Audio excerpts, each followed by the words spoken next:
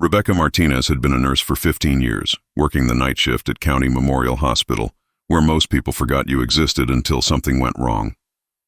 She loved her job despite the exhaustion, despite administrators who cared more about billing codes than patients, despite the way healthcare had become more about money than healing. She stayed because of moments that mattered, moments like the one that would cost her everything. The elderly veteran arrived in the emergency room at 2 a.m, confused and alone. His name was Arthur Jenkins, 78 years old, and he'd collapsed at a bus stop with no identification except his dog tags from Vietnam. The hospital protocol was clear: stabilize him, run basic tests, and transfer him to the county facility that handled indigent patients. No insurance meant no extended care, no exceptions. But Rebecca saw something in Arthur's eyes during her assessment, a clarity that broke through his confusion when he grabbed her hand and whispered, "Please don't let me die alone like this. I've got nobody left." She checked his vitals and realized he was having a heart attack. He needed immediate intervention, needed the cardiac unit upstairs, needed care that would cost tens of thousands of dollars the hospital wouldn't see reimbursed. Rebecca made a choice that would define her career. She falsified his intake forms, listed him as having insurance verification pending, and personally wheeled him to the cardiac unit.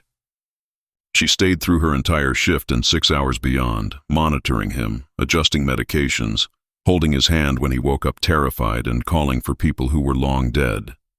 She saved his life by breaking every rule her administrators had drilled into her. By morning, her supervisor had discovered what she'd done. The hospital administrator, a man named Paul Hendricks who measured success and profit margins, suspended Rebecca immediately. He threatened legal action, talked about fraud and liability, made it clear that compassion wasn't a defense for violating protocol. Rebecca cleaned out her locker, exhausted and heartbroken, believing she'd just ended her career for doing what felt right.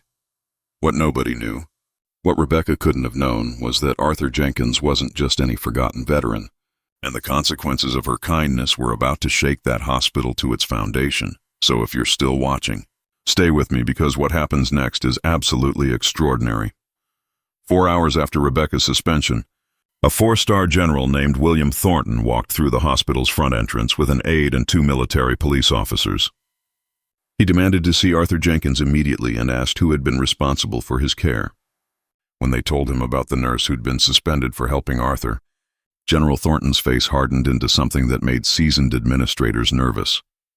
Arthur Jenkins was General Thornton's former platoon sergeant, the man who'd saved his life in Da Nang in 1968, who'd carried him 3 miles through enemy territory with a bullet in his own shoulder.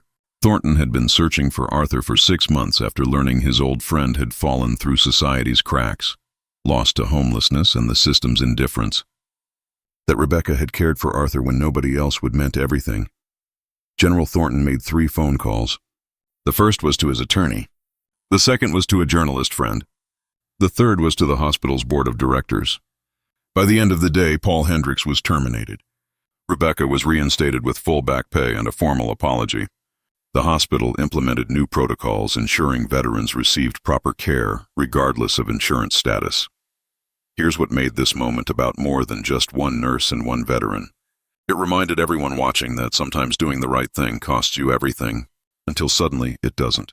If this story reminded you that compassion isn't weakness and rules without humanity are worthless, share it with someone who needs courage.